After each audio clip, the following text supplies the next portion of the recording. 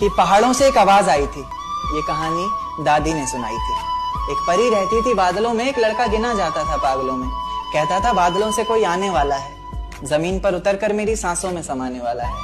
उसे बिना देखे इजहार करता हूँ, कहता था मैं उसे खुद से भी ज्यादा प्यार करता हूँ। इतना सब सुनकर परी ने जमीन पर आने की ठानी। माँ ने रोका, बाबा ने समझाया, पर किसी की एक न मानी। रात का वक्त, चारों तरफ अंधेरा था, रोशनी के नाम पर बस चांद का बसेरा। अब चांद से याद आया कि चांद की रोशनी भी तो फीकी पड़ जाएगी जब वो उतरकर मेरी छत पर आएगी। तो कहानी ने नया मोड़ लिया। परी ने प्यार की खातिर ख्वाबों से रिश्ता तोड़ लिया।